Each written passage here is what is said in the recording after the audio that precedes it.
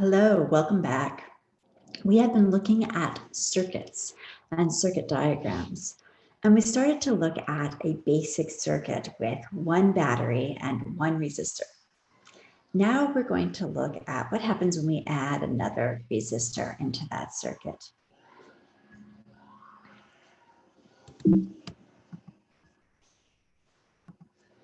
So here is our next light bulb puzzle. So this figure shows three identical light bulbs in two different circuits. So we have a light bulb A, and we have light bulb B, and we have light bulb C. Now in the circuit with light bulb B and C, that's like our first light bulb puzzle. And in that time, we noticed that the brightness for both B and C was equal. Now we have another circuit where we have light bulb A. And in this case, there's only one light bulb in the top circuit, but there are two light bulbs in the second circuit. So even though the current through B and C is going to be the same, there are more light bulbs in this circuit than there are in the top circuit. So for all three of these, since they're connected to identical batteries, the voltage drop across A will be the same as that across both B and C. Since they have the same voltage drop, but they have a different number of light bulbs in their circuit, what we'll see is that there will be, and remember that V equals IR from Ohm's law, remember our VER.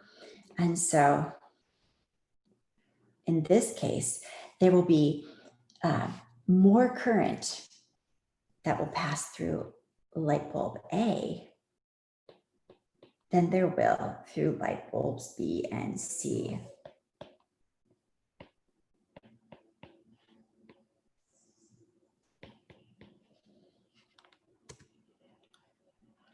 So in this case, light bulb A will be brighter than light bulbs B and C.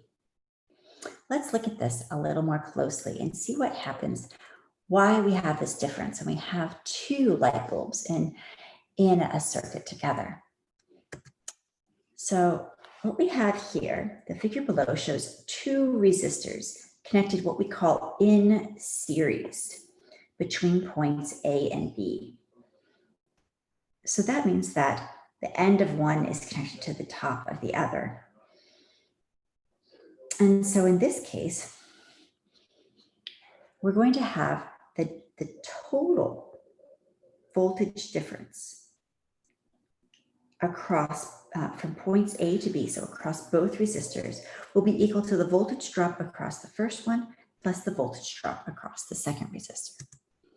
So the total difference between points A and B is the sum of the individual potential differences.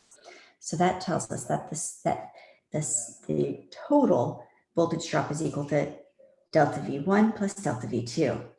Now, we know from Ohm's law that delta V1 is equal to the current times R1, and delta V2 is equal to the current times R2.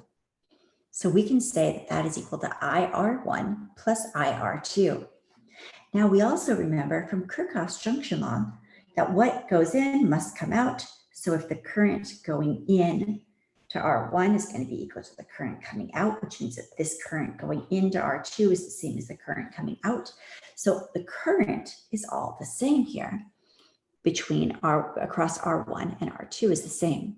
So I can pull that current out and factor it out, and I will have it equal to I times R1 plus R2.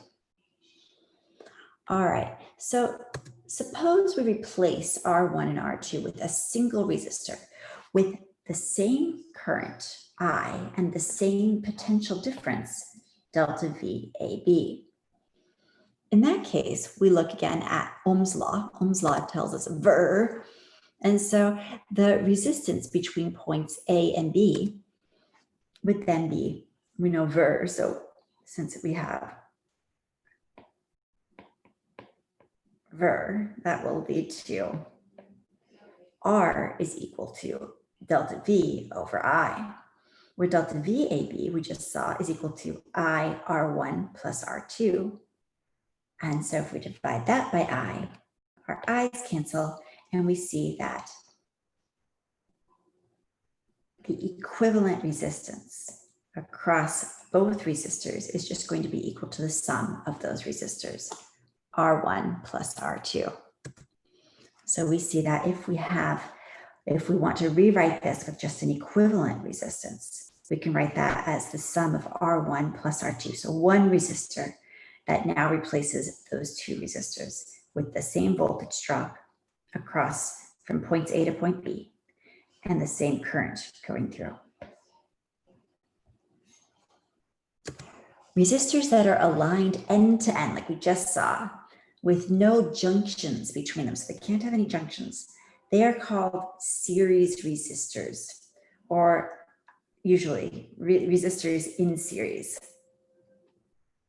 Now, as we know from Kirchhoff's junction law, since there are no junctions between them, the current I must be the same through all resistors that are placed in series. So the current is the same for resistors in series. So if we have n resistors in series, their equivalent resistance will just be the sum of all of their resistances. So the R equivalent will just equal R1 plus R2 plus all the way out to Rn. And the behavior of the circuit will be unchanged if the n series resistors are replaced by the single resistor, R equivalent. So that's resistors in series. Now, we've been talking about the current going through our circuit, but we want to find a way to actually measure that current. So right here, we come back to our basic one resistor circuit. So this is our simple one resistor circuit, right? Where we have a battery, and we've got a battery over here, and we have our single resistor over here. Now we know that a current in this case will go from the positive end around and through our resistor. And we know that this current will be the same throughout the circuit due to the fact there are no junctions in the circuit. So we want to measure it. So we can measure the current by breaking the connection and inserting an ammeter in series. So I'll put an ammeter right here. So that would look like this. So now we have an ammeter here. And in this example, we see that our ammeter is reading 0.50 amps. And we see that our resistor has 6 ohms. And we have to remember the resistance of the ammeter is negligible. So the only resistance in the circuit that we are concerned about is the big 6 ohm resistor.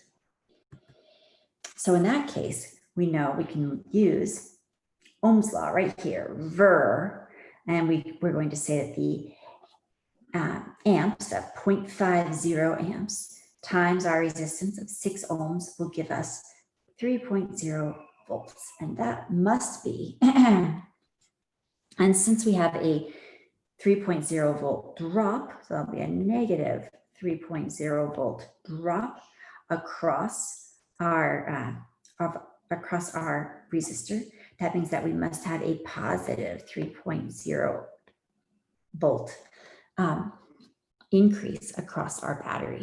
So the battery's EMF must be 3.0 volts.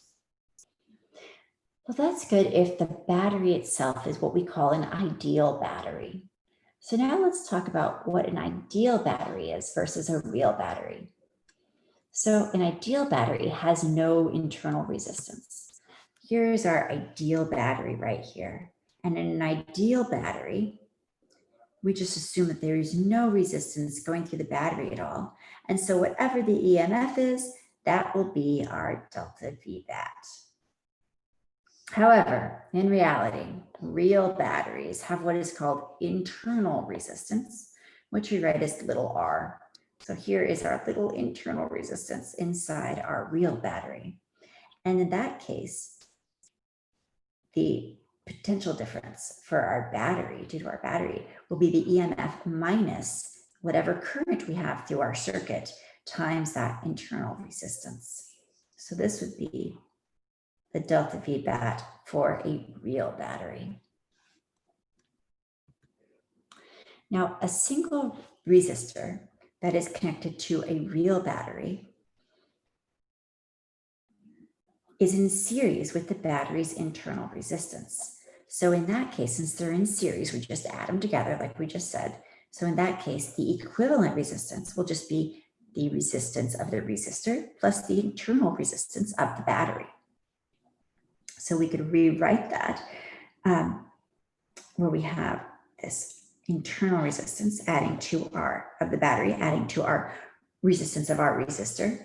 And so we can have an equivalent resistance for a real battery plus a resistor. And we can write that as big R plus little r. We have big R is the resistance of the resistor and little r is the resistance in the real battery. Now, something else that can happen is instead of having a resistor, we could just have a wire that connects our battery. So if we just have a wire that connects our real battery, we say that the wire is shorting out the battery. And so the charge is just going to go straight through our wire. And so in this case, if we had an ideal wire, that means that the wire itself doesn't have any resistance, which isn't totally true either. In that case, it will be shorting out the battery. So if this were an ideal battery, it wouldn't have any internal resistance.